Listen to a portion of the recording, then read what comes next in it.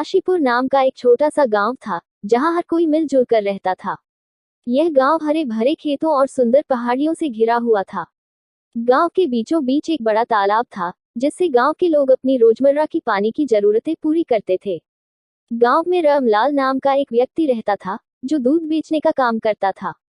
रामलाल एक ईमानदार और मेहनती इंसान था।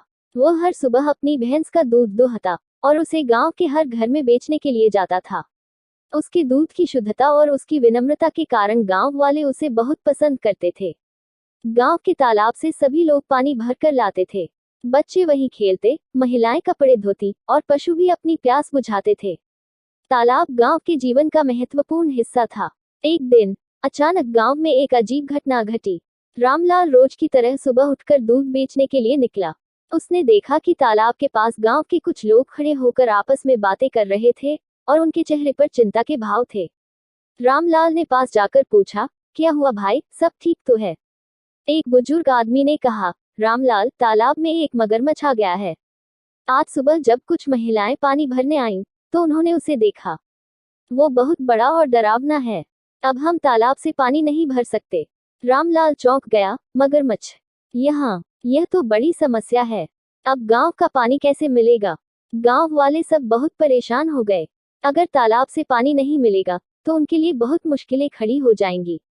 कोई भी इतना साहसी नहीं था कि वह मगरमच्छ का सामना करे।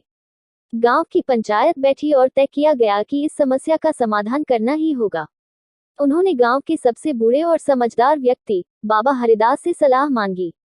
बाबा हरिदास ने कहा, हम सबको धैर्य रखना चाहिए। मगरमच्छ को हटाना आसान नहीं होगा, लेकिन हमें एक योजना बनानी होगी। तभी रामलाल ने कहा, बाबा, क्यों न हम वन विभाग के लोगों को बुलाएं? वे हमें इस मगरमच्छ से छुटकारा दिला सकते हैं। बाबा हरिदास ने रामलाल की बात को सही माना और कहा, हाँ, यह अच्छा विचार है।